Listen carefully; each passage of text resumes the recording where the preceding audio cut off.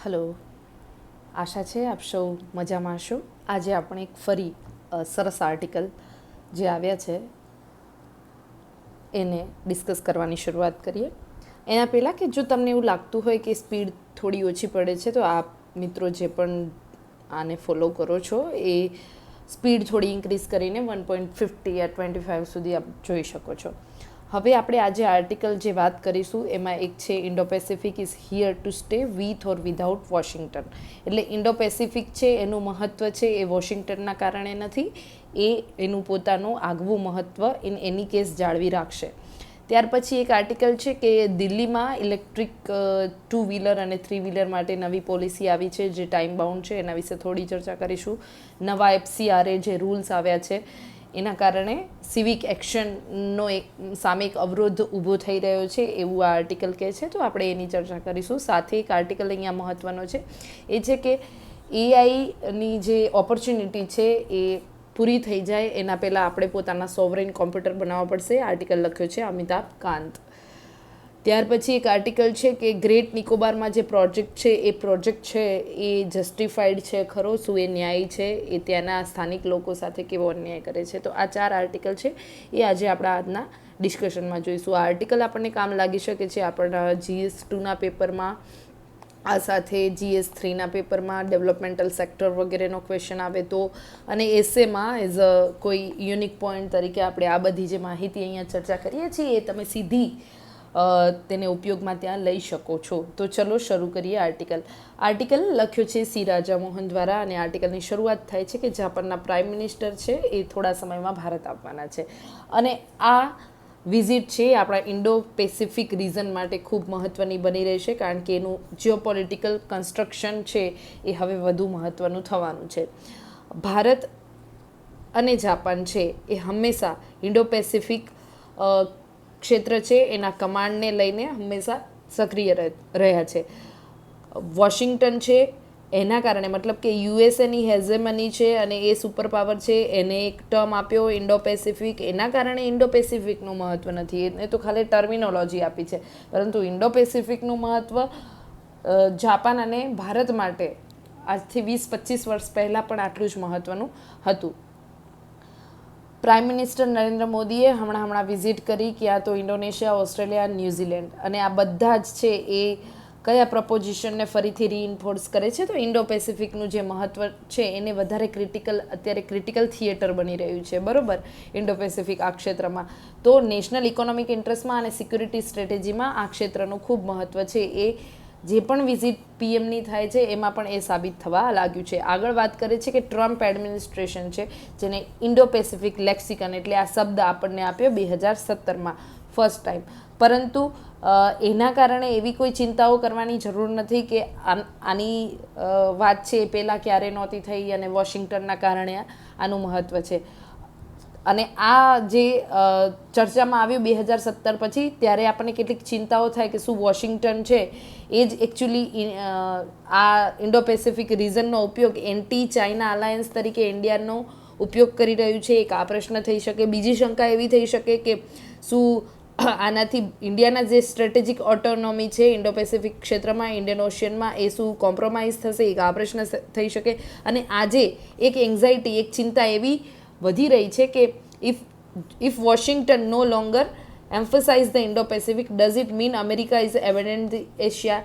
તો શું વોશિંગ્ટન જો ઇન્ડો પેસિફિકને વધારે લાંબો સમય સુધી મહત્ત્વ નહીં આપે તો શું એવો મતલબ નીકળશે કે અમેરિકા છે એ એશિયાને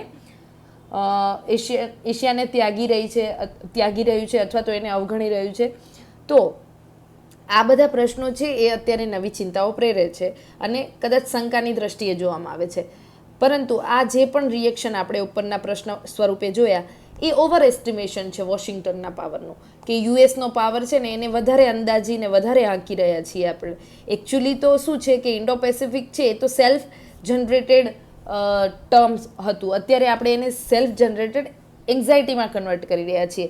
તો ઇન્ડિયાએ સ્ટ્રેટેજિક ડિસ્કોર્સ કરવાની જરૂર છે વાઇડલી કોની વચ્ચે. તો આ જે અમેરિકન એન્ટ્રાપેમેન્ટ છે અને ફિયર ઓફ અમેરિકન એબેન્ડમેન્ટ છે એને ત્યાગીને જાપાન અને ઇન્ડો પેસિફિક રિજનના રાષ્ટ્રો સાથે. તો ધ ઇન્ડો પેસિફિક કન્સ્ટ્રક્ટ એ તો 2000માં જ થયેલું, બરાબર. આજે ટર્મ છે, આ ક્ષેત્રનું જે મહત્ત્વ છે એ તો 2000 સાલથી ચાલ્યું આવે છે. અને કદાચ એનું જે ડિસ્ટ્રીબ્યુશન છે ઇકોનોમિક અને મિલિટરી પાવરમાં એ એવું લાગે કે ચાઇનાના ઉદય સાથે થોડું બદલાયું હોય, પણ એકચ્યુઅલી આ કન્સેપ્ટ છે એ 2000થી શરૂ થયો છે. What Americans call the reality matter less than the fact Beijing's neighbours have no option but deal with it or without American support. તો જેમ જેમ ચાઇના ઉપરી રહ્યું છે અને અમેરિકન લોકો પણ આને એ રીતે કહી રહ્યા છે કે વાસ્તવિકતા અત્યારે આવી છે, પરંતુ અસલ જે ઇન્ડો પેસિફિકનું મહત્ત્વ છે એ માત્ર ને માત્ર અમેરિકાની સાથે અથવા તો અમેરિકા વગર એનું કોઈ અસ્તિત્વ છે એવું નથી. મતલબ કે ઇન્ડો પેસિફિક છે એનું પોતાનું અલગ અસ્તિત્વ છે, એને અમેરિકા સાથે કંઈ લેવા દેવા નથી. ઇન એની કેસ, કોઈ પણ કેસમાં Indo Pacific was not an American invention. બરોબર, ઇન્ડો પેસિફિક છે અમેરિકન ઇન્વેન્શન તો નથી જ.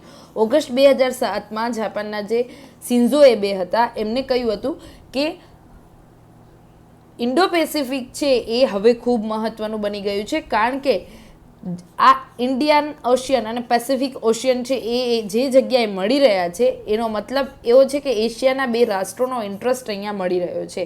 His argument was both simple and profound. એ બહુ જ સરળ અને સિમ્પલ એમને એવી દલીલ કરી કે the destiny of the Indian and Pacific ocean had become inseparable. એટલે આમનું ભાગ્ય જ અલગ થવાનું નથી, અવિભાજિત ભાગ્ય જ નથી. આ બંને ઓશિયન છે એ સાથે જોડાયેલા જ છે. And the democracies along their littorals needed to work together. એટલે એની આસપાસ જે રાજ્યો આવેલા છે, જે રાષ્ટ્રો આવેલા છે, એમને સાથે મળીને કામ કરવાની જરૂર છે. જ્યાં જ્યાં લોકતંત્રવાળા રાષ્ટ્રો છે એ લોકોએ આમાં સાથે મળીને કામ કરવાની જરૂર છે. અને ઓપન રિજનલ ઓર્ડર, આ સી ઓર્ડર છે એને ઓપન રાખવાની જરૂર છે. ફોર એબે, બરાબર, કે શિન્ઝો એબે છે જે હતા એમની માટે તો આવું હતું. અને સાથે બીજું શું હતું, તો આ કોઈ ડિપ્લોમેટિક રિહોટ્રિક નથી કે એક અલગ પ્રકારની કોઈ વિદેશ નીતિ કરી નાખી, ના એવું નથી. જાપાનનું તો મૂલ્યાંકન એવું હતું કે ચીનનો જે ઉદય થઈ રહ્યો છે એના વિકલ્પ તરીકે એશિયાનું સ્ટ્રેટેજિક બેલેન્સ ક્યાંથી રહેશે, તો ઇન્ડો પેસિફિક ઓશિયન જે છે એમાં જે પ્રભુત્વ ભારતનું અને જાપાનનું સ્ટ્રેટેજિક પ્રભુત્વ છે એનાથી રહેશે.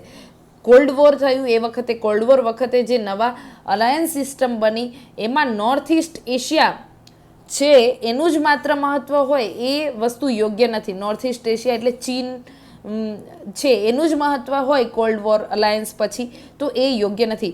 જાપાનને એવું લાગ્યું કે સ્ટ્રોંગર પાર્ટનરશિપ ભારત અને ઓસ્ટ્રેલિયા સાથે, ઇન્ડોનેશિયા સાથે, સાઉથ ઇસ્ટ એશિયન કન્ટ્રીઝ સાથે ખૂબ જરૂરી છે. બિકોઝ યુએસ, ચાઇના અને યુરોપનું જે અલાયન્સ છે એને કાઉન્ટર કરવા માટે આવા આપણે મજબૂત અલાયન્સ હોવા જરૂરી છે. અને Indo Pacific become the organising principal for the broader strategy. એટલે વ્યાપક રણનીતિ માટે ઇન્ડો પેસિફિક છે એ હવે ખૂબ મહત્ત્વનું બની ગયું છે.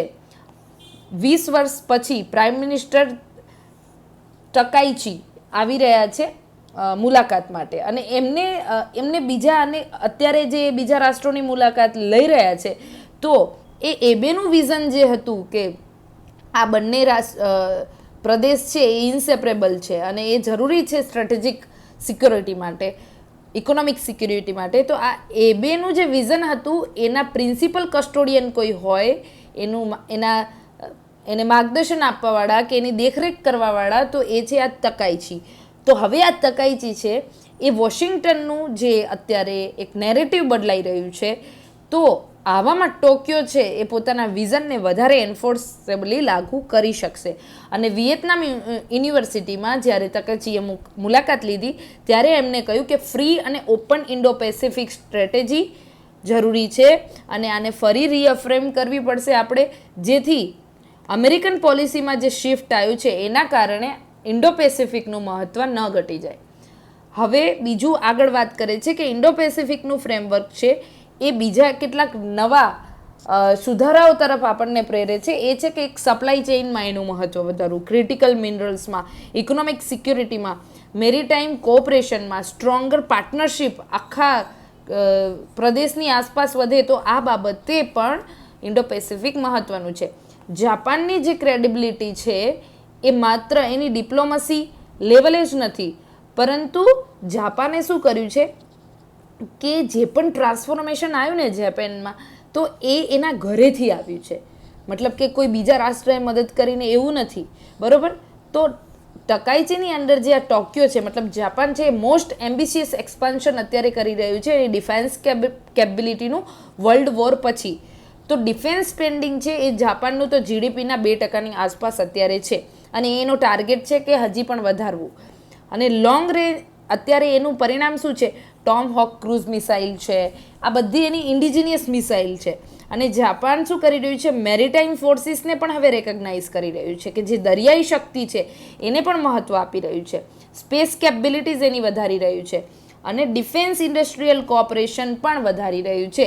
ઇન્ડસ્ટ્રી અને રાષ્ટ્ર, ઉદ્યોગો અને રાષ્ટ્રએ સાથે મળીને આપણે સંરક્ષણ ક્ષેત્રમાં મજબૂત થવું. તો આવા પાર્ટનર જ્યારે આપણને મળે ત્યારે એક નવું સિક્યુરિટી નેટવર્ક બનાવવાનું થાય. અને અત્યારે જાપાન છે ઓસ્ટ્રેલિયા સાથે, સાઉથ કોરિયા સાથે, ફિલિપિન્સ સાથે અને ઇન્ડિયા સાથે આવા નવા સિક્યુરિટી નેટવર્ક બનાવી રહ્યું છે. તો ટોક્યોનો તો મેસેજ, એનો સંદેશ ક્લિયર જ છે કે આપણે ઇન્ડો પેસિફિક રીઝન છે એ કેવું જોઈએ છે? સ્ટેબલ જોઈએ છે. અને અહીંયા સ્ટ્રોંગ સ્ટ્રેટેજિક એક્ટર આપણે મજબૂત કરવાના છે. અને આ માત્ર યુએસ પર આધારિત હોય એવા નહીં, પરંતુ ઇન્ટિગ્રેટેડ વેમાં આ બંને ઓશિયન છે એની આસપાસના જે ડેમોક્રેટિક નેશન છે એમને સાથે મળીને કામ કરવાની જરૂર છે. હવે ટકાઈચીની જે વિઝિટ છે એના આઉટકમ શું આવશે એ તો નક્કી જ છે કે અહીંયા એક જોઈન્ટ ડિક્લેરેશન થશે ટોક્યો અને દિલ્હી વચ્ચે, અને ઇકોનોમિક સિક્યુરિટી કઈ રીતે વધારવી, અને શેર્ડ જે ઇકોનોમિક કોઅર્સન થઈ રહ્યું છે અત્યારે, ટેરિફ વોર, ટ્રેડ વોર થઈ રહ્યું છે, તો એનો સાથે મળીને કઈ રીતે વિરોધ કરવો, પ્રાયોરિટી સેક્ટર કઈ રીતે નક્કી કરવા, જેમ કે આપણા સેમિકન્ડક્ટર છે, ક્રિટિકલ મિનરલ્સ છે, ક્લીન એનર્જી છે. તો આ બધા ક્ષેત્રમાં ટેરિફ વોરની અસર ન થાય અને બંને રાષ્ટ્રો પોતાને એકબીજાને કઈ રીતે સહાય કરી શકે એ વસ્તુઓ પર ચર્ચા થશે. પરંતુ એક વિધિની વક્રતા તો અહીંયા એ છે કે ઇન્ડો પેસિફિકનો આઈડિયા છે ને એ ચાઇના પાસેથી આવ્યો કે યુએસ પાસેથી આવ્યો. આ બધું જોતા તો અત્યારે ચાઇના છે ને એ આને ગણકારતું જ નથી, બરોબર. બેઇજિંગ શું કહે છે? Indo Pacific is a artificial construct છે. આ તો કંઈક કૃત્રિમ ઊભું કરી દીધેલું એક ક્ષેત્ર છે, બાકી આવું એકચ્યુઅલી કંઈ છે નહીં. આ ચીનનું નેરેટિવ છે, એટલે ચીન આ વસ્તુને ગણકારી રહ્યું નથી. છતાં પણ એક ક્ષેત્ર છે, એક ક્ષેત્રના જે પણ રાષ્ટ્રો છે એમની પોલિસી, એમના પગલાંને જોતા એવું લાગે છે કે આ એક સ્ટ્રેટેજિક થિયેટર બની રહ્યું છે. છેલ્લા 20 વર્ષોથી પણ ચાઇના છે એની નિર્ભરતા છે એ મિડલ ઇસ્ટર્ન કન્ટ્રીઝ પર એનર્જીને લઈને, આફ્રિકન રિસોર્સિસ ઉપર એ હવે વધારે નિર્ભર થઈ રહ્યું છે ચીન, બરાબર, આફ્રિકન કન્ટ્રીઝ અને મિડલ ઇસ્ટ પર. તો બેઇજિંગ છે એને પોતાનો ઇકોનોમિક કોરિડોર બનાવવા પડશે, બિકોઝ જે વેસ્ટર્ન ચાઇના છે એને ઇન્ડિયન ઓશિયન સાથે જોડવા માટે એને અત્યારે તો પાછું જે જીબુતી છે ત્યાં પોતાનું મિલિટરી બેઝ બી બનાવી દીધું છે. તો ચીનને ક્યાંક ને ક્યાંક ખબર છે કે નેવલ પાવર છે એ વધારે મજબૂત જોઈશે, બિકોઝ એનો ટ્રેડ છે, એનું કન્ઝમ્પશન તો બીજા બધા રાષ્ટ્રોમાં જ થાય છે. તો આની માટે એક સી લાઇન મજબૂત હોવી જોઈએ, અને સી લાઇનને મજબૂત રાખવા માટે તમારા મિલિટરી બેઝ મજબૂત હોવા જોઈએ. તો એને તો ઓલરેડી આ જીબુતી છે ત્યાં મિલિટરી બેઝ બનાવી દીધો છે, અને continuous naval presence across the Indian oceans વધારી રહ્યું છે. કમર્શિયલ ફેસિલિટી વધારી રહ્યું છે સાઉથ ઇસ્ટ એશિયા માટે, ઈસ્ટ કોસ્ટ ઓફ આફ્રિકા માટે પણ વધારી રહ્યું છે. તો ચાઇનાની જે સ્ટ્રેટેજી છે એ ઇન્ક્રીઝિંગલી એ પ્રકારની જ છે, સતત એ પ્રકારનો એનો એટીટ્યૂડ છે કે ઇન્ડિયન અને પેસિફિક ઓશિયનને માં એક કનેક્ટેડ મેરીટાઈમ સ્પેસ તરીકે ગણવું. અને આ કદાચ ઇન્ડો પેસિફિક ઓશિયનનું એક તર્ક પણ છે, કારણ કે બંને જે ઓશિયન છે એ બંને ઓશિયન આમ જોવા જાવ તો એના આસપાસના રાષ્ટ્રો, નેવિગેશન, એન્વાયરમેન્ટ, ક્લાઇમેટ બધાને લઈને કદાચ સમાન છે. તો માટે આ વન કનેક્ટેડ મેરીટાઈમ સ્પેસ તરીકે એને કન્સિડર કરવામાં આવે છે. હવે ભારત તો એક વસ્તુ ટ્રાન્સફોર્મેશન અહીંયાથી પહેલેથી લઈ આવી રહ્યું છે કે ઇન્ડિયન ઓશિયન છે એ ખૂબ મહત્ત્વનું છે, ઇન્ડો પેસિફિક રિજન ખૂબ મહત્ત્વનું છે, ભારતના સ્ટ્રેટેજિક ઇન્ટરેસ્ટ ત્યાં ઘણા બધા છે. તો ભારતે તો આ બાબતને મહત્ત્વ આજથી 2 દશકા પહેલાંથી આપવાની શરૂઆત કરી દીધી છે. અને એવું કોઈ પણ કારણ નથી કે આ ક્ષેત્રને ભારત કે જાપાન છોડી શકે બિકોઝ ઓફ જસ્ટ કે આ વોશિંગ્ટને આપેલો શબ્દ છે એટલે. તો દિલ્હી એટલે ભારતે હવે જરૂર છે કે અમેરિકન ઇનડિફરન્સીસ કોઈ પણ હોય, મતલબ તમારે અમેરિકા સાથે કોઈ પણ જાતના તફાવતો વિચારધારાને લઈને કે પછી વ્યાપારને લઈને, સિક્યુરિટીને લઈને ચાલી રહ્યા હોય છતાં પણ ઇન્ડો પેસિફિક છે એ અલ્ટિમેટલી અમેરિકન ટર્મિનોલોજી પર આધારિત તો નથી જ. આ એશિયન જ્યોગ્રાફી છે અને એશિયન પાવર પોલિટિક્સ પર આધારિત છે. ચીન જેમ જેમ એક્સપાન્ડ થઈ રહ્યું છે પેસિફિક રિજનમાં, ઇન્ડિયન ઓશિયનમાં, તો સાથે સાથે જેપેન પણ ઇન્ક્રીઝિંગલી સતત પોતાની કેપેબિલિટીઝ સ્ટ્રેટેજિક એક્ટર તરીકે વધારી રહ્યું છે. તો આ અહીંયા હવે જરૂર છે ઇન્ટિગ્રેશનની, કે આ બંને ઓશિયનમાં સ્ટ્રેટેજિક ડિફરન્સ કઈ રીતે વધારવું અને આપણું સિગ્નિફિકન્સ કઈ રીતે વધારવું જેથી ફ્રી અને ઓપન નેવિગેશન સિસ્ટમ ત્યાં મજબૂત બને. તો ઇન્ડો પેસિફિક ઓશિયન છે એ આ રીતે સ્ટ્રક્ચરલ રિયાલિટી છે એશિયન પોલિટિક્સની, બરોબર. એશિયન પોલિટિક્સ છે જે ડેમોક્રેસી વાળા જે રાષ્ટ્રો છે એમના માટે ઇન્ડો પેસિફિક ઓશિયનને જીઓપોલિટિકલી રીતે મજબૂત બનાવવાની જરૂર છે. એટલે ઇન્ડિયાએ હવે ફોકસ કરવું પડશે ઓન કેપેબિલિટીઝ પર, આપણી પોતાની ક્ષમતાઓ ઉપર, અને પાર્ટનરશિપ કરવી પડશે જાપાન જેવા like minded Indo Pacific countries સાથે, જેથી આપણું રિજિયોનલ બેલેન્સ પાવર છે એ વધારે મજબૂત બને. તો આ આર્ટિકલ હતો. હવે આ આર્ટિકલ છે ને એ આપણને સિંગલ લાઇનમાં કહીએ તો એ શીખવાડે છે કે જાપાન છે એ આપણા માટે ખૂબ જરૂરી છે બિકોઝ ઓફ એક તો લાઇક માઇન્ડેડ ડેમોક્રેટિક કન્ટ્રી તરીકે, સાથે સાથે ઇન્ડો પેસિફિક ઓશિયનમાં એ પોતાનો રોલ સ્ટ્રેટેજિક એક્ટર તરીકે ખૂબ વધારી રહ્યું છે. જેપેન સાથે આપણે ટેકનોલોજીકલ, સેમિકન્ડક્ટર, ક્રિટિકલ મિનરલ પર પણ બંને દેશો એકબીજાને સહાય સાધી શકીએ છીએ. ડિફેન્સમાં પણ એ હવે વધારે મજબૂત બની રહ્યું છે. યુએસ છે, ચાઇના છે, આ નેરો નેશનલિઝમ તરફ આગળ વધનારા રાષ્ટ્રો છે, જ્યારે જાપાન છે એ વર્લ્ડ વોર II પછી પોતાની ઇકોનોમીને મજબૂતી સાથે આગળ વધારીને ગ્લોબલ લેવલે સૌથી મજબૂત ઉભરનારી અર્થવ્યવસ્થાઓ તરીકે પોતાના દમ પર ઊભું થયું છે. તો આ માટે ભારત અને જાપાન જો સાથે મળે તો કેટલો મોટો ફાયદો ગ્લોબલ લેવલે બંને રાષ્ટ્રોને થઈ શકે, સાથે સાથે આપણો ઓશિયન નો જે સ્ટ્રેટેજિક ઇમ્પોર્ટન્સ છે બંને ઓશિયનનું એ ખૂબ મજબૂત બની શકે. તો આ વસ્તુ છે કે આપણને ઇન્ટરવ્યૂના પોઈન્ટ ઓફ વ્યૂથી અને મેઇન્સના પોઈન્ટ ઓફ વ્યૂથી કામ લાગી શકે જ્યારે કાઉન્ટર આર્ગ્યુમેન્ટ કરવાની હોય. તો આ રીતે કઈ રીતે બધા રાષ્ટ્રો એક ભાવના સાથે આગળ વધી શકે અને બાયલેટરલ રિલેશનશિપ કેમ મહત્ત્વની છે એ આ આર્ટિકલ પરથી આપણે શીખી શકીએ. હવે આગળ એક આર્ટિકલ છે બહુ સરસ, એ પહેલાં લઈ લઈએ આપણે, અને એ છે કે અમિતાભ કાંતે લખ્યો છે અને એ નીતિ યુનિવર્સિટી છે અત્યારે એક, એના ચાન્સેલર પણ છે અને G20માં શેરપા તરીકે પણ રહી ચૂક્યા છે, નીતિ આયોગના ચેરમેન, CEO પણ હતા. તો આ રીતે આમનો આર્ટિકલ છે એમાંથી ભારતનું એક વિઝન આપણને જોવા મળે છે. તો આ આર્ટિકલની શરૂઆત થાય છે કે we are in the midst of the civilizational transition. આપણે એક એવી સભ્યતાના રૂપાંતરણના ફેઝમાં છીએ કે જ્યાં ઇન્ડસ્ટ્રીયલ રેવોલ્યુશનનો જેટલો પડકાર પડ્યો હતો એવો જ કદાચ પડકાર હવે આ રેવોલ્યુશનનો પડશે, અને આ રેવોલ્યુશન એટલે કે એઆઈનું રેવોલ્યુશન.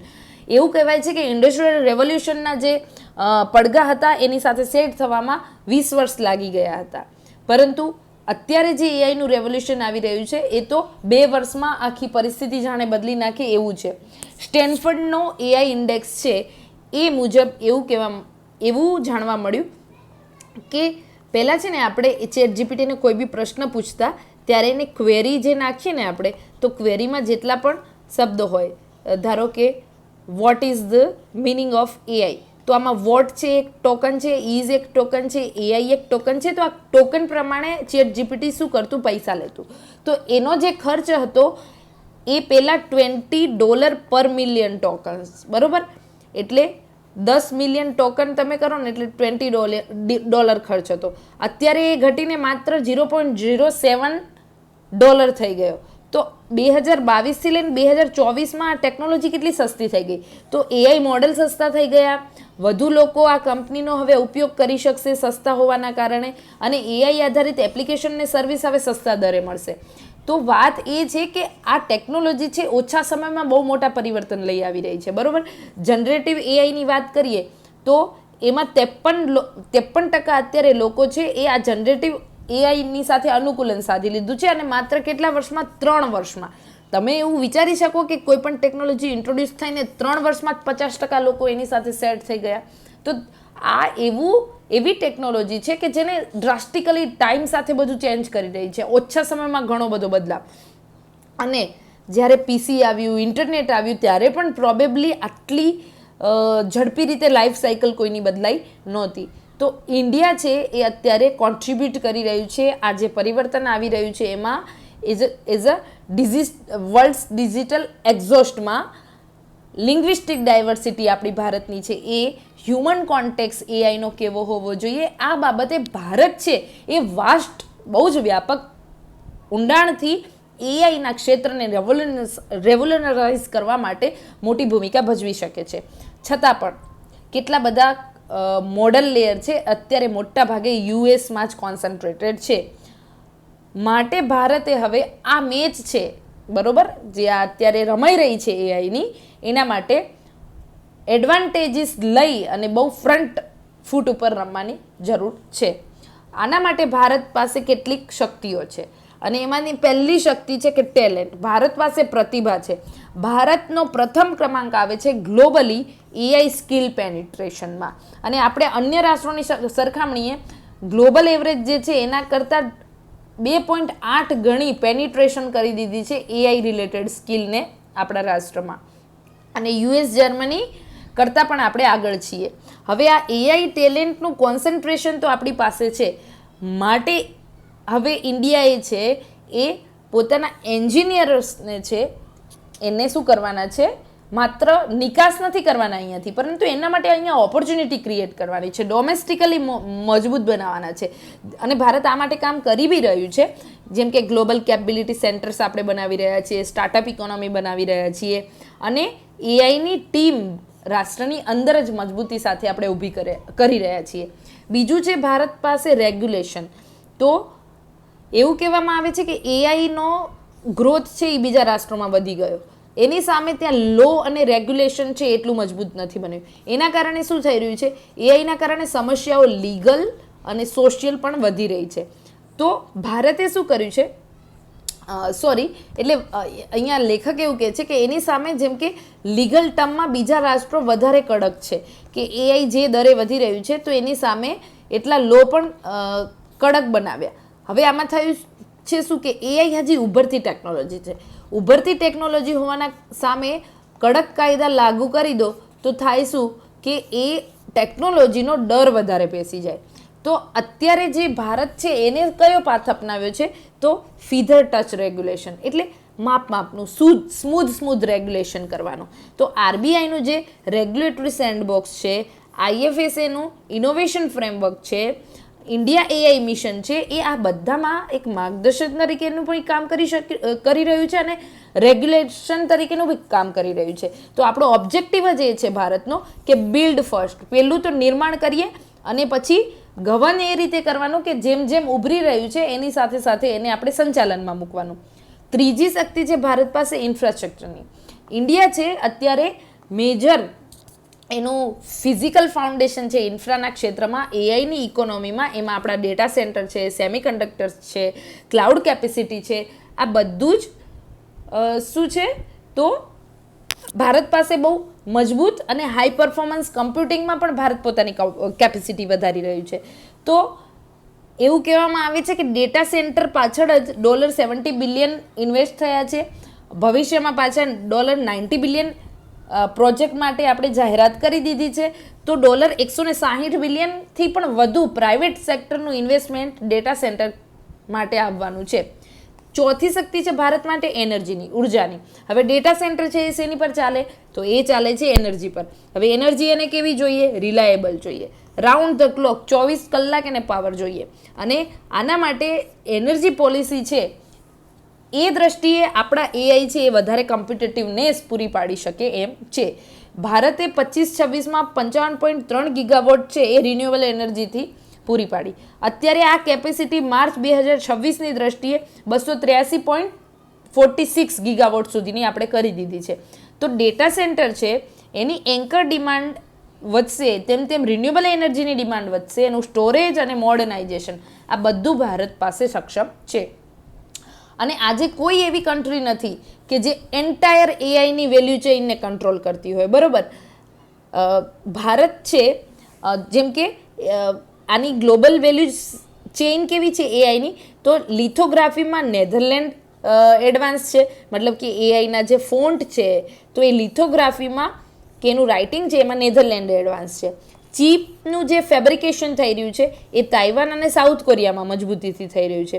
અને ઘણા બધા અન્ય ડોમેઇનમાં ઇન્ડિયા પણ મજબૂત છે, જેમ કે એનો સ્કેલ લઈ લો, લિંગ્વિસ્ટિક ડાયવર્સિટી લઈ લો, પછી કોમ્પ્લેક્સિટીમાં કઈ રીતે એ અત્યારે આગળ વધી રહ્યું છે. તો આ બધામાં ભારત પાસે પણ મજબૂતી છે. તો હવે એવો કોઈ આઈડિયા નથી કે એક જ નેશન છે એ મોનોપોલાઇઝ કરી દેશે એઆઈને. આ વસ્તુ તો ખોટી જ છે, આ તો ભ્રમ જ છે કે એઆઈની મોનોપોલી ક્રિએટ થઈ જશે.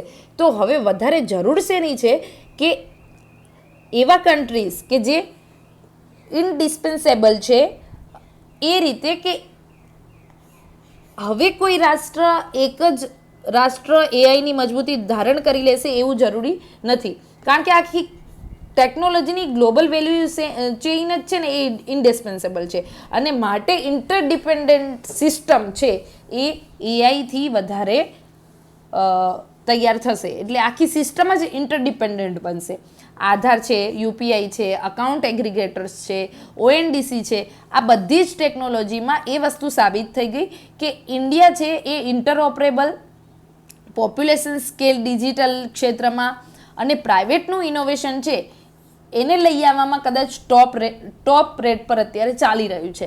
અને હવે બીજી એક તાર્કિક પગલું અહીંયા લેવું હોય તો એવું કરી શકાય કે આ જ ફિલોસોફી જે આપણે ઓએનડીસીમાં લાગુ કરી, બરોબર, યુપીઆઈ આધારમાં લાગુ કરી, તો એ કદાચ એઆઈમાં પણ લાગુ કરવું જોઈએ. અને એ છે કે આપણે સોવરેન કોમ્પ્યુટર બનાવવા પડશે, હાઈ ક્વોલિટી પબ્લિક ડેટાબેઝ ઊભો કરવો પડશે, મલ્ટીલિંગ્યુઅલ મોડેલ બનાવવા પડશે અને ઓપન ઇન્ફ્રાસ્ટ્રક્ચર છે સ્ટાર્ટઅપ ક્ષેત્ર એમાં મદદ કરી શકે. તો આવું બધું ભારતે કરવું પડશે. તો એઆઈની જે સિસ્ટમ છે એ અત્યારે શું થઈ રહ્યું છે, માત્ર ઇંગ્લિશમાં રન કરી રહી છે. પરંતુ જો આમ જ હોય તો પછી તો એ ઇન્ડિયન એઆઈ સિસ્ટમ નથી, બિકોઝ આપણા અહીંયા તો લિંગ્વિસ્ટિક ડાયવર્સિટી જ કેટલી બધી છે. તો હવે ઇન્ડિયા માટે આને એક તક તરીકે જોવાની જરૂર છે કે ચલો આપણે પોતાના મોડલ બનાવીએ. તમિલમાં પણ વર્ક કરતું હોય, મરાઠીમાં પણ કરતું હોય, બેંગાલીમાં અને ભોજપુરીમાં. તો આ રીતે આપણે ફિનાન્શિયલ એનાલિટિક્સ પણ કરવું પડશે. અને આ જે ફિનાન્શિયલ એનાલિટિક્સના એઆઈ છે એ કદાચ પીએચસીમાં પણ એટલા જ કામ લાગે. અને આ બધું સાથે લઈને આપણે ગ્લોબલ લેવલે કોર્પોરેશન કરવાનું છે. ફર્સ્ટ મૂવર્સ, હવે આમાં ઓકે, આ વાક્ય છે ને એઆઈની દ્રષ્ટિએ બહુ મહત્વનું છે કે first mover do not always win, બરોબર, કે જેને પહેલું પગલું ભર્યું અથવા તો જેને શરૂઆત કરી છે એ જ અંતે જીતશે એવું જરૂરી નથી, બિલકુલ જરૂરી નથી. અને આના માટે છે ને સરસ અહીંયા ઉદાહરણો આપ્યા છે, તો આપણને એસેમાં બહુ સરસ રીતે કામ લાગી શકે. કદાચ આવું વાક્ય પૂછાય તો નહીં, પરંતુ આવા અર્થસભર વાક્ય જો ફિલોસોફિકલ લેવલે પૂછાઈ જાય તો એના ઉદાહરણ છે. જેમ કે અર્પાનેટ કરીને એક કંપની છે, એને શું કર્યું, 1979માં ઇન્ટરનેટ લાવ્યું, બરોબર, એનો પાયો આને નાખ્યો હતો. પરંતુ ઇન્ટરનેટ છે એ વધારે મજબૂતી સાથે 1989માં મજબૂત બન્યું. કેમ? ત્યારે ટીમ બર્નર્સ લી કરીને અને સન, એટલે જે આપણી અત્યારે સાયબરની જે સેન્ટર ફોર, આનું એક ફૂલ ફોર્મ છે, જેને પણ આવડતું હોય એ કોમેન્ટમાં લખજો, કે આ સન જે કંપની છે અને ટીમ બર્નર્સ લી છે, આ બંને સાથે મળીને એક વર્લ્ડ વાઇડ વેબ તૈયાર કર્યું, બરોબર. અને આ વર્લ્ડ વાઇડ વેબ તૈયાર કર્યું ને સાથે મળીને, ત્યારે ઇન્ટરનેટની બૂમ અથવા તો ઇન્ટરનેટની એક્સેસિબિલિટી એટલી વધી ત્યાર પછી છે ક્લાઇવ સિનક્લેર. એને ફર્સ્ટ શું કર્યું, માસ માર્કેટ હોમ કોમ્પ્યુટર બનાવ્યું, બરાબર, 1980માં. પરંતુ એ વધારે વ્યાપક અને વધારે સક્સેસફુલ ક્યારે થયું, જ્યારે IBM, એપલ, માઇક્રોસોફ્ટે પર્સનલ કોમ્પ્યુટિંગનો એરા આખો ડિફાઇન કરી દીધો. તો આ વસ્તુ છે કે winners are usually those who build durable ecosystem. એટલે વિજેતા તો એ છે કે જે ડ્યુરેબલ, લાંબુ ચાલી શકે એવી ઇકોસિસ્ટમ બનાવે. અને એવા ક્ષણે જ્યારે ટેકનોલોજી બીકમ્સ બ્રોડલી યુઝેબલ, જ્યારે લોકો એને એક્સેપ્ટ કરી રહ્યા હોય, એ વધારે ઉપયોગમાં લેવાતી હોય, તો આ સમયે આવું કંઈક કરવું એ અંતે જીતે છે. તો first mover do not always win, બરાબર. જેને શરૂઆત કરી એની જ જીત થશે એવું હોતું નથી, પરંતુ એ સમય, એ ક્ષણ, એ રિસોર્સિસ અને જરૂરિયાત, આ બધું જ્યારે સાથે મળે ત્યારે કોઈ પણ ટેકનોલોજી, કોઈ પણ પગલું છે એ સાચા અર્થમાં વિજેતા બનતું હોય છે. તો ભારત છે જેની પાસે હજી પણ તક છે કે આપણે એક ઓપન ટેકનોલોજી બનાવીએ, પોતાની સોવરેન કોમ્પ્યુટિંગ સિસ્ટમ બનાવીએ, આપણું ઇન્ટેલિજન્સ છે એને વધારે એક્સેસેબલ બનાવીએ, વધારે પહોંચ લોકોની એના સુધી પહોંચે એવું બનાવીએ. અને ક્લીન એનર્જી છે એ આ બધામાં આપણને મદદ કરી શકે છે, બિકોઝ આપણી પાસે એનર્જી સ્ટોક વધારે છે ક્લીન એનર્જીનો. અને આપણે આપણી ટેકનોલોજી છે એને પણ ડિઝાઇન એ જ રીતે કરવાની છે કે જે અંત્યોદય સુધી એ ટેકનોલોજી પરવડી શકે અને પહોંચી શકે. તો બોટમ ઓફ પિરામિડ સુધી માત્ર ટોપના લોકોને જ ફાયદો અપાવે એવી નહીં. તો આ હતો આર્ટિકલ એઆઈને લઈને. તો એઆઈની જે વિન્ડો છે એ પૂરી મતલબ બંધ થઈ જાય એના પહેલાં આપણે સોવરેન કોમ્પ્યુટર બનાવવાના છે. તો આ આર્ટિકલ છે આપણને આપણા GS3 અને GS4 એથિક્સમાં પણ કામ લાગી શકે અને એસેમાં પણ કામ લાગી શકે એમ છે. હવે અહીંયા આર્ટિકલ છે કે દિલ્હી છે એ EV પોલિસી લઈ આવી રહ્યું છે. અને મોટા ભાગે એવું કહેવામાં આવે છે કે EVની પોલિસી છે એ કોઈપણ રાષ્ટ્રમાં સબસિડી ઉપર, ટેક્સ કન્સેશન ઉપર, અવેરનેસ ઉપર આધારિત હોય છે. પરંતુ દિલ્હીનું અત્યારે એક નવું ફ્રેમવર્ક છે અને એને પરસુએશન, પછી ફેઝડ મેનરમાં લાગુ કરવું, આ બધું તો છે જ, પરંતુ સાથે સૌથી જરૂરી છે કે એને ક્લિયર ડેડલાઇન આપી દીધી કે ફ્રોમ એપ્રિલ 2028થી ઇલેક્ટ્રિક વ્હીકલ છે એ એકમાત્ર ઓપ્શન રહેશે જે પણ રેસિડન્ટ છે એ નવા 2 વ્હીલર લેશે એના માટે. તો તમારે જો એપ્રિલ 2028 પછી તમારે 2 વ્હીલર લેવું છે તો EV જ લેવું પડશે. અને આવતા વર્ષના જાન્યુઆરીથી અર્બન ટ્રાન્સપોર્ટ છે, 3 વ્હીલર છે, જે રિક્ષા વગેરે છે, એ મેન્ડેટરી ટ્રાન્ઝિશન એનું શરૂ થઈ જશે કે એ લોકોએ પણ EVમાં આવનારા જાન્યુઆરીથી સ્વિચ કરી દેવાનું. તો કોઈ પણ અર્બન ટ્રાન્સપોર્ટ છે એ ઇલેક્ટ્રિફિકેશન પર અત્યારે જઈ રહ્યું છે. અને સિટીઝ જે લોકો આ કોમ્પિટિટિવ એજનો ફાયદો લઈ લેશે ત્યાં ઇન્વેસ્ટમેન્ટ વધારે આવશે. અને દિલ્હી આ બાબતે અત્યારે ફૂલ ફ્લેઝ મોડમાં છે કે કોઈ પણ પ્રકારનું ઇન્ક્રિમેન્ટલિઝમ નહીં કે ધીમે ધીમે કરીએ, નહીં, પરંતુ એક વિલિંગનેસ જોવા મળી પોલિટિકલી, એડમિનિસ્ટ્રેટિવલી, ઇન્ડસ્ટ્રીના સ્તરે પણ. તો આ આર્ટિકલ એ જ કહે છે કે કઈ રીતે આપણે કોઈ પણ પોલિસી છે એને કન્સ્ટ્રક્ટિવ વેમાં લાગુ કરવી હોય તો શું કરવું પડે. તો EV પોલિસી છે એ ગ્રીન મોબિલિટીને પ્રોત્સાહન આપશે. એના માટે charging infra, battery supply chain અને લિથિયમ સેલ, ક્રિટિકલ અધર મિનરલ્સ, આ બધામાં આપણી જે ડિપેન્ડન્સી છે એને ઘટાડવી પડશે, આયાત નિર્ભરતા ઘટાડવી પડશે. અને જીઓપોલિટિકલ અનસર્ટિનિટીના કારણે જે પ્રાઇસ ફ્લક્ચ્યુએટ થઈ રહ્યા છે, સેન્ટ્રલાઇઝ જે આખું મિનરલનું પ્રોસેસિંગ કેપેસિટી છે એ વધારવી પડશે. તો આ પ્રકારની ઇકોનોમિક એડજસ્ટમેન્ટ જે દિલ્હીમાં થયું ડેડલાઇન સાથે, જેથી લોજિસ્ટિકલ ચેલેન્જ છે અને ટેકનોલોજીકલ કેપેબિલિટીઝ છે એ વધારવાની જરૂરિયાત ઊભી થશે. તો આવા સાહસો છે એ બહુ જરૂરી છે અને આનું નિરીક્ષણ પણ નજીકથી થવું જરૂરી છે જેથી આનો અમલ સારી રીતે થઈ શકે. આગળનો આર્ટિકલ છે કે નવું FCRA, બરાબર, ફોરેન કોન્ટ્રીબ્યુશન રેગ્યુલેશન, એમાં એક સુધારો થયો અને એવું કહે છે કે આ જે સિવિક એક્શનની જે ભૂમિકા છે એને ઘટાડશે. તો જોઈએ કે આર્ટિકલ શું કહે છે. Foreign contribution regulation amendment rule 2026 એ જાણે ટ્રબલિંગ એક્સપાન્શન થઈ રહ્યું છે, ન ગમે એવું વિસ્તરણ આ છે. આની અંદર એક્ઝિક્યુટિવ કંટ્રોલ વધારી દેવામાં આવ્યો છે અને રેગ્યુલેટરી ફ્રેમવર્ક છે એ અગાઉના જે લો ગવર્નિંગ ફોરેન ફંડિંગ હતા એમાંથી હવે વધારે સુપરવાઇઝિંગ, કન્સ્ટ્રેઇંગ મતલબ અવરોધરૂપ ભૂમિકા જાણે કાર્યોમાં ઊભી થતી હોય એ રીતનું સંગઠનોને લિબરલ વેમાં કામ કરવા નહીં આપે એ આ આર્ટિકલ કહે છે. એનજીઓ છે એમને હવે અલગ અલગ કેટેગરીમાં ક્લાસિફાય કરવામાં આવશે અને આ કેટેગરી છે એ બહુ વિશેષ રાખવાની, એટલે કે તમે જે કેટેગરી અહીંયા લખી છે એટલું જ કામ તમારે એ જ પર્પઝથી કરવાનું. તો NGOs to classified their activity under narrowly defined, બરોબર, કે એકદમ આ એનજીઓ છે એનું કામ કદાચ સમાજ કલ્યાણનું છે, તો સમાજ કલ્યાણમાં હેલ્થ, સ્વાસ્થ્ય, એજ્યુકેશન, ગરીબી નિવારણ, એમ્પાવરમેન્ટ, જોબ બધું આવી જાય. પણ નહીં, આ લોકો એવું કહે છે કે તમે એજ્યુકેશન જ લખો એમ, અને એજ્યુકેશનમાં જ કામ કરવાનું. તો સ્પેસિફાઈ, અને બીજું કે તમારો વિસ્તાર કેટલો રહેશે એ પણ તમારે કહી દેવાનું. બીજું કે તમારું ગ્રેન્યુઅલ ડિસ્ક્લોઝર છે એ પણ તમારે સબમિટ કરવાનું. અને ફેસ સ્ટ્રિક્ટર કમ્પ્લાયન્સ ઓબ્લિગેશન, અને આમાં કમ્પ્લાયન્સ ઓબ્લિગેશન છે જે તમને કરવા જ પડે એવા કામો પણ વધી ગયા છે. આ સાથે રિલિજિયસ જે ડાયમેન્શન હોય, આની સાથે કાર્ય કરતા જે એનજીઓ હોય એના પર પણ વધારે પડતું શું કરવામાં આવ્યું છે, ઓવરસાઇટ મિકેનિઝમ સ્થાપિત કરવામાં આવ્યું છે. અને આ બધું શું છે, ચિંતા વધારે છે. આપણને ખબર છે કે સરકાર હંમેશા એવી ચિંતા કરતી આવી છે કે ફોરેન ફંડ આ લોકો લે છે એનજીઓવાળા, અને એના કારણે એન્ટી નેશનલ એક્ટિવિટીમાં પણ ભાગ લેતા હોય છે. આવું થયું પણ છે ઘણી વખત. આવા આપણને ઉદાહરણો જોવા મળ્યા છે કે એ લોકો એ ટૂલ કીટ ઉપર કામ કરતા હોય. સાથે અનલોફુલ કન્વર્ઝેશન પણ ધાર્મિક જે છે એ સંસ્થાઓ છે, એનજીઓ છે એ કરાવતી હોય છે. તો આ બધા ઉપર રોક લગાવવા માટે આમ કરવું જરૂરી છે. આ કોની, ગવર્મેન્ટની આવી આર્ગ્યુમેન્ટ છે. પરંતુ અહીંયા આર્ટિકલ એક વસ્તુ કહે છે કે transparency in use of foreign contribution is necessary. હા, કે તમને વિદેશમાંથી કોઈ નાણું મળી રહ્યું છે, કોઈ ફંડ મળી રહ્યું છે, તો એનો ઉપયોગ ક્યાં કરો છો એ બાબતે પારદર્શિતા હોવી જોઈએ. પરંતુ જો આ પારદર્શિતા જાળવવા માટે એવું થાય કે કોઈ પણ સંસ્થા છે એની સ્થાપનાને જ હતોત્સાહિત કરી દેવામાં આવે, તો એ વસ્તુ ખોટી છે.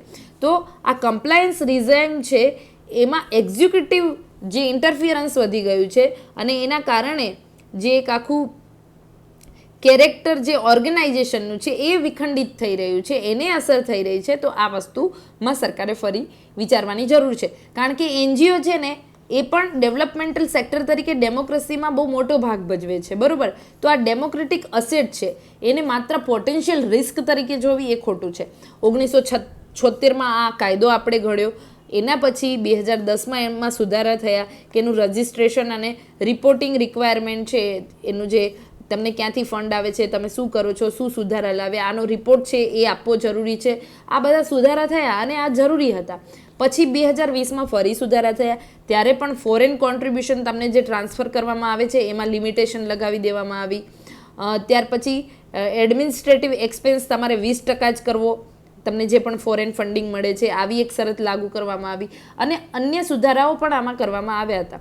પરંતુ જેમ જેમ આપણે જોઈએ છીએ જે સુધારો FCRAમાં કરવામાં આવે છે એ વધુ પડતું કમ્પ્લાયન્સ બર્ડન ક્રિએટ કરે છે. એક બાજુ આપણે ઇઝ ઓફ ડુઈંગ બિઝનેસની વાત કરીએ છીએ, તો ઇઝ ઓફ ડુઈંગ બિઝનેસમાં CSR આવે. CSR તમે એનજીઓ થ્રુ કરાવો તો તમે એક બાજુ ઉદ્યોગોને આમ કરવા માટે કમ્પલ્સન ઊભું કરો છો એક્ટ અન્વયે, અને બીજી બાજુ જે એક્ટ અન્વયે કરવાનું આવે એ એક્ટમાં તમે કમ્પ્લાયન્સ બર્ડન આપો છો.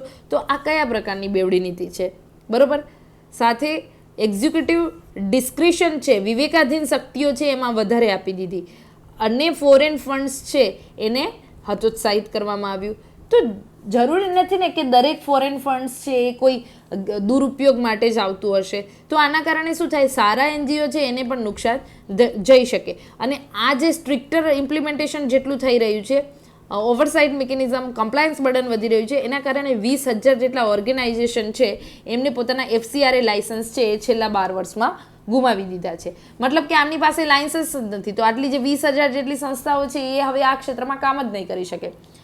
તો આ સંસ્થાઓ એનજીઓ છે, સિવિક સોસાયટી છે, તો એજ્યુકેશનમાં, હેલ્થકેરમાં, એન્વાયરમેન્ટલ કન્ઝર્વેશનમાં, લીગલ એડમાં, એડવોકસી જે વલ્નરેબલ કોમ્યુનિટીની છે એમના માટે કોઈ પણ વાત મુદ્દો ઉઠાવવાનો હોય તો એમાં બહુ મોટી ભૂમિકા ભજવે છે. ને જ્યાં જ્યાં સરકાર છે એ ન પહોંચી વળતી હોય ત્યાં એ જે અંતર છે, ગેપ છે, એને ઘટાડવાનું કામ કરે છે. માટે રેગ્યુલેટરી ફ્રેમવર્ક જરૂરી છે, પરંતુ એનું જે રિસ્ક છે, એમાં જે ઓફિશિયલ્સને પાવર આપી દેવામાં આવે છે એનો દુરુપયોગ થઈ શકે છે. અને આ રેગ્યુલેટરી મિકેનિઝમના કારણે કદાચ જે આની એનજીઓની જે કેપેસિટી છે એ કેપેસિટીમાં એ કામ ન કરી શકે, એમનો કોન્ફિડન્સ છે એ આ ક્ષેત્રોમાં ઘટી શકે. અને આ વસ્તુ જ ટ્રબલિંગ એઝમ્પશન તરીકે અત્યારે જોવામાં આવી રહી છે કે આ એક ખોટી ધારણા એનજીઓને લઈને બેસાડવામાં આવી છે. તો જરૂરી છે કે જે પણ દુરુપયોગ થતો હોય એની તપાસ થાય, એને સજા થાય, પરંતુ એનો મતલબ એવો નથી જરા પણ કે આપણે દરેક ઓર્ગેનાઇઝેશનનો જે વિસ્તાર છે એને સર્વિલન્સ અને પ્રોસિડ્યુર કંટ્રોલ તરીકે જોઈએ, કે એનું સતત નિરીક્ષણ કરીએ, એનામાં અવરોધ જ ઊભો કરીએ, એને નિયંત્રિત જ રાખીએ. ના, એવું કરવું જરૂરી નથી. એના કારણે તો શું થાય, આપણી જે ડેમોક્રેટિક અસેટ છે, જે આપણા સહકારી ક્ષેત્રો છે, એને નુકસાન થઈ શકે છે. આગળ અહીંયા એ આર્ટિકલ છે એ પણ અગેન એ જ કહે છે કે ગ્રેટ નિકોબારનો જે આપણો પ્રોજેક્ટ છે, બરાબર, કે ત્યાં ઇન્ફ્રાસ્ટ્રક્ચર ડેવલપમેન્ટ કરવાનું છે, તો એની કોસ્ટ 90,000 કરોડની છે. હવે અહીંયા જે શરૂઆત થાય છે એમાં પણ લેખક શરૂઆત એ જ કરે છે એક કવિતાથી કે જ્યારે પણ કોઈ આઇલેન્ડ છે એને ડિસ્કવર કરવામાં આવે છે ત્યારે આપણે ડિસ્કવર નામ આપીએ છીએ, પરંતુ ના, એ આર્ટિકલ ડિસ્કવર નથી કરેલો, એ તો લોકોએ ઓલરેડી શોધેલો જ હતો. ત્યાં જે પણ લોકો રહે છે એમને ખબર જ હતી કે આ એમનું ઘર છે. તમે આવ્યા અને તમે શોધ્યો એવું નથી, એટલે તમે એને ડિસ્કવરી તો ન જ કહી શકો. અને અંગ્રેજોએ તો શું કર્યું, ડિસ્કવરી કહી કહીને ત્યાં કોલોનિયાલિઝમ લાવ્યું, બરોબર, જાણે પોતાની કોલોની બનાવી દીધી. તો આના ઉપર એક કટાક્ષ કરતી અહીંયા કવિતાથી શરૂઆત થાય છે. લોર્ડ ડેલહાઉસીનું જે વેસ્ટલેન્ડ રૂલ્સ હતા કે જ્યાં કંઈ જ નથી ઉગતું ત્યાં શું કરી દો, ફેક્ટરી સ્થાપી દો. તો આ જે આખું અનપ્રોડક્ટિવ ટર્મ્સમાં તમે ફોરેસ્ટને કાપી નાખ્યા, લેન્ડ એક્વાઇઝેશન એક્ટ લઈ આવ્યા, એમાં તમે આખું જ વસ્તુ છે ત્યાંના લોકલ લોકોને ધ્યાને લીધા વગર તમે પ્લાન્ટેશન, માઇન્સ અને રેલવે નાખી દીધી. તો આ બધાએ ભારતના જે મૂળિયા હતા એને ઉખેડી નાખ્યા. અત્યારે એક પ્રોજેક્ટ થઈ રહ્યો છે, ગ્રેટ નિકોબાર પ્રોજેક્ટ કહેવાય છે, જે અહીંયા 90,000 કરોડનું એનાથી ઇન્વેસ્ટમેન્ટ આવશે. હવે અહીંયા કરવામાં શું આવશે કે 166 સ્ક્વેર કિલોમીટરનું જે સાઉધર્ન મોસ્ટ ટીપ છે એ આર્કિયોપોલિગન આઇલેન્ડનું, તો ત્યાં ઇન્ટરનેશનલ કન્ટેનર ટ્રાન્સશિપમેન્ટ પોર્ટ અહીંયા બનાવવામાં આવશે. સાથે ઇન્ટિગ્રેટેડ ટાઉનશીપ વિકસાવવામાં આવશે, સિવિલ મિલિટરી એરપોર્ટ બનાવવામાં આવશે, પાવર પ્લાન્ટ સ્થાપિત કરવામાં આવશે, લક્ઝરી ટુરિઝમની ફેસિલિટી આપવામાં આવશે. તો આ ટ્રાન્સશિપમેન્ટ પોર્ટ છે, ઇન્ટિગ્રેટેડ ટાઉનશીપ છે, સિવિક મિલિટરી એરપોર્ટ છે, પાવર પ્લાન્ટ છે, લક્ઝરી ટુરિઝમ છે. શું આની ત્યાંના લોકલ લોકોને લોકલ એન્વાયરમેન્ટમાં જરૂર હતી ખરી? શું આવું બધું સ્થાપિત કરતાં, આવો પ્રોજેક્ટ બનાવતા પહેલાં આપણે એમને કન્સલ્ટ કર્યું હતું ખરું? આ બધા પ્રશ્નો અહીંયા ઊભા થાય છે. તો કદાચ એવું કહેવાય છે કે આ પ્લાન છે ને એમાં 73 square kilometre tribal reserve area ઉપયોગમાં લેવાશે. હવે આ 73 સ્ક્વેર કિલોમીટર ટ્રાઇબલ એરિયા જે ઉપયોગમાં લેવા છે ને એની સામે એવું કહેવામાં આવે છે કે સરકાર આ પ્રોજેક્ટ અન્વયે 77 સ્ક્વેર કિલોમીટર અહીંયા પેરિફેરલ એરિયામાં લોકોને એમનું જે લોસ છે એની સામે કમ્પન્સેટ કરશે. પરંતુ વાત એ છે અહીંયા કે અહીંયા શું જે જાતિ છે આ ગ્રેટ નિકોબારીસ, શેમ્પેઇન, જારવા, આ બધાને કન્સેન્ટમાં લેવામાં આવ્યા હતા ખરા? શું એમને ખબર છે કે આ પ્લાન છે એ અહીંયા આવા પરિવર્તન લાવી રહ્યું છે? અને ભૂતકાળમાં પણ એવું કહેવાય છે કે જ્યારે અંગ્રેજો અહીંયા આવ્યા અને એમને જે પોતાના ફેક્ટરી, પ્લાન્ટ અથવા તો રેલવે લાઇન વગેરે સ્થાપિત કર્યું, તો એના કારણે ગ્રેટ આંદમાનીસની જે વસ્તી છે એ 3500 ને 6000 હતી, ત્યાંથી ઘટીને કેટલી 650 થઈ ગઈ. તો જ્યારે પણ આવા વિકાસના કામો ત્યાં કરવામાં આવે ત્યારે સ્થાનિક લોકોને સાથે રહીને સસ્ટેનેબલ વેમાં કરવા જરૂરી છે. આગળ પણ એક બીજું ઉદાહરણ આપવામાં આવ્યું છે કે જ્યારે અહીંયા અંદમાન ટ્રંક રોડ બનાવવામાં આવ્યો, બરાબર, ત્યારે એ ઝારવા રીઝનમાંથી પસાર થતો હતો. તો આ ઝારવા રીઝન 1990માં, બરાબર, ત્યારે અહીંયાની ઝારવા કોમ્યુનિટી હતી ને, એ આ ટ્રંક રોડ બન્યો ને એના કારણે આજે પણ રોગ, દારૂ, વિમનનું ટ્રાફિકિંગ, અબ્યુઝ એમની વિરુદ્ધ થાય છે. આ બધું એ સમયથી વધી ગયું. તો આ બધા પ્રશ્નો છે એ એમના કલ્ચર, એમનું જે રહેણીકરણી છે, એમનું જે સ્વાસ્થ્ય છે એની વિરુદ્ધ વ્યાપક અસરો લઈ આવે છે. તો અગેન વાત એ જ છે કે ડોક્ટ્રિન ઓફ પબ્લિક ટ્રસ્ટની ડિમાન્ડ જે કરવામાં આવે છે એ વિટલ જરૂરી છે, બિકોઝ ત્યાંનો જે હવા, પાણી, જંગલો છે એની કિંમત છે એ ડેવલપમેન્ટ પ્રોજેક્ટ કરતાં અનેક ગણી વધારે હોય છે. અને એક આંતરપેઢીય સસ્ટેનેબિલિટી આપણે વધારવાની છે કે ત્યાંની જે જનજાતિ છે તો એમાં જનરેશનલ ઇક્વિટી છે એ જળવાઈ રહે, એના માટે પણ આવા પ્રોજેક્ટ સ્થાપતા પહેલાં ખૂબ વિચાર કરવો જરૂરી છે. તો યસ, આ આર્ટિકલ છે એ અગેઇન આ જ શીખવાડે છે આપણને કે ડેવલપમેન્ટ વર્સિસ કન્ઝર્વેશન છે. એમાં આવા પ્રોજેક્ટ છે જે બહુ પ્રોજેક્ટ નેશનલ પોઈન્ટ ઓફ વ્યૂથી આપણને એમ લાગે કે હા બહુ જરૂરી છે, પરંતુ એને માઇક્રો લેવલે જઈને ચકાસીએ ત્યારે એની મેક્રો અસર શું થશે, લાંબા ગાળે એની અસર શું આવે એ આપણને ખબર પડે. અને તો એ મૂલ્યાંકનની દ્રષ્ટિથી જ કોઈ પણ પ્રોજેક્ટ છે એ સ્થપાવવા જોઈએ. તો યસ, આ આજના આર્ટિકલ છે એ આપણે ચર્ચા કરી.